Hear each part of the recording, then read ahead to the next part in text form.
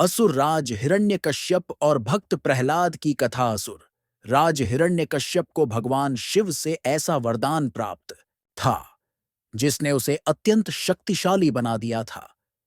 तीनों लोकों में उसका आतंक छाया हुआ था, यहां तक कि देवता भी उससे भयभीत रहते थे।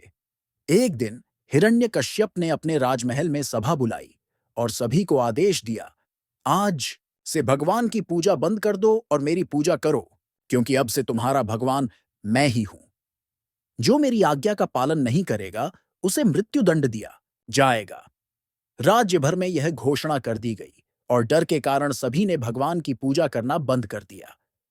कुछ समय बाद हिरण्यकश्यप की पत्नी कयाधु ने एक पुत्र को जन्म दिया। उसने प्रार्थना की, हे भगवान, मेरे पुत्र को शक्ति देना और उसे सच्चा भक्त बनाए रखना। पुत्र के जन्म की खबर सुनकर हिरण्यकश्यप बहुत प्रसन्न हुआ, लेकिन चेतावनी दी, मेरा बेटा तुम्हारी तरह विष्णु भक्त नहीं होना चाहिए, उसे मेरा भक्त बनना होगा। समय बीतता गया और प्रहलाद बड़ा हुआ। एक दिन हिरण्यकश्यप ने एक पंडित को भगवान विष्णु की पूजा करते हुए पकड़ लिया और उसे मृत्युदंड की सजा सुना दी। पंडित ने प्रार्थना की, महाराज, मेरा अपराध क्या है? मैंने तो केवल भगवान का नाम लिया है। हिरण्यकश्यप ने क्रोध में कहा, मूर्ख, तेरा भगवान मैं हूं, फिर तूने विष्णु की भक्ति क्यों की? पंडित ने उत्तर दिया, यदि आप भगवान हैं तो मुझे पुनर्जीवित कीजिए। यह सुनकर बालक प्रहलाद ने अपनी मां से पूछा, मां, क्या पिताजी भगवान हैं? मां ने उत्तर दिया, नहीं बेटे, जिसने सारी सृष्टि बनाई है वही भगवान है। प्रहलाद की भक्ति जाग उठी और उसने विष्णुदेव की पूजा प्रारंभ कर दी। हिरण्यकश्यप ने प्रहलाद को पूजा करते हुए देखा और गुस्से से कहा, प्रहलाद, क्या तुझे नहीं पता कि भगवान मैं हूं? प्रहलाद ने उत्तर दिया, पिताजी, आप किसी को मार सकते हैं लेकिन जीवित नहीं कर सकते। भगवान केवल वही हैं जो जीवन और मृत्यु दोनों को नियंत्रित करते हैं।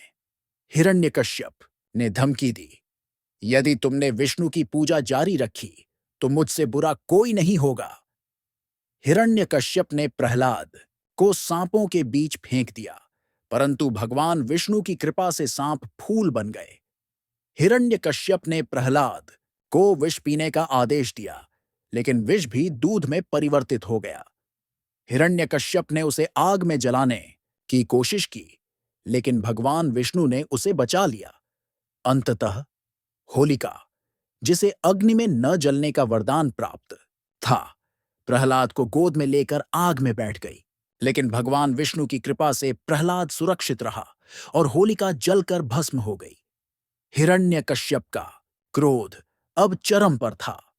उसने प्रहलाद को मारने की अंतिम योजना बनाई। हिरण्यकश्यप ने प्रहलाद को गर्म खंभे से लिपटा दिया, लेकिन खंभा फट गया और भगवान नरसिंह प्रकट हुए, आधा मानव आधा सिंह। भगवान नरसिंह ने हिरण्यकश्यप को दरवाजे की दहलीज पर संध्या के समय अपने नाखूनों से मार डाला, जिससे वरदान की सभी शर्तें पूरी हुईं। भगवान नरसिंह ने प्रहलाद से कहा, तुम्हारी भक्ति की शक्ति ने एक अहंकारी का अंत किया है। तुम्हारी भक्ति पर मुझे गर्व है। नगरवासी भगवान नरसिंह की जय का जयकारा करने लगे। यह कथा हमें सिखाती है कि सच्ची भक्ति और विश्वास से कोई भी बाधा पार की जा सकती है और अहंकार का अंत निश्चित है।